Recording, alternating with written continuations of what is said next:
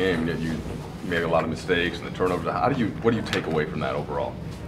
Good win, but we got to be much better. That's not the road mentality we talk about. The two biggest things for our road mentality and what we try to work on as a group is not turning the ball over and not fouling.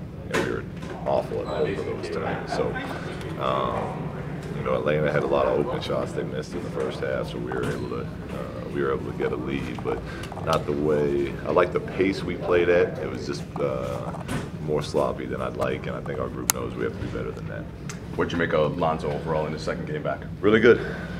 Defensive, I thought he could have had 4 or 5 steals.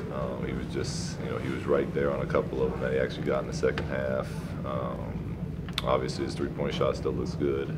Some of his playmaking, I think guys are going to have to start getting used to playing with him again. A few times he grabbed rebounds or steals, and his head was already up, ready to make a pass, and people down court weren't looking. But it was good to have him out there. Would have liked to have played him more, but still we'll take the minutes we got.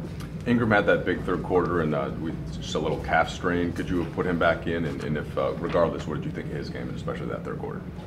He was great because I was really upset with the way that we were playing, and they kind of came out in that second half and started, being the aggressors and making the shots, and Brandon put us on his shoulders for a few minutes and got that lead back up to where, where we were a little more comfortable. But he started cramping up. So, if the game got close, he was good enough. He was good to go back in, but we were able to keep a pretty good distance on that. Shouldn't have said strain there, right? So just cramps. Just cramping, yeah. And you expect him to be okay? I would expect him to be fine from his cramping. What's the plan of Lonzo going forward? If he feels good tomorrow, would there be, and I guess the coming days before you play in Miami, would there still be an increased minutes restriction in Miami, or is he ready to play without a restriction? We have not discussed that yet. He had 25 minutes tonight, and we got 2 days. Hopefully,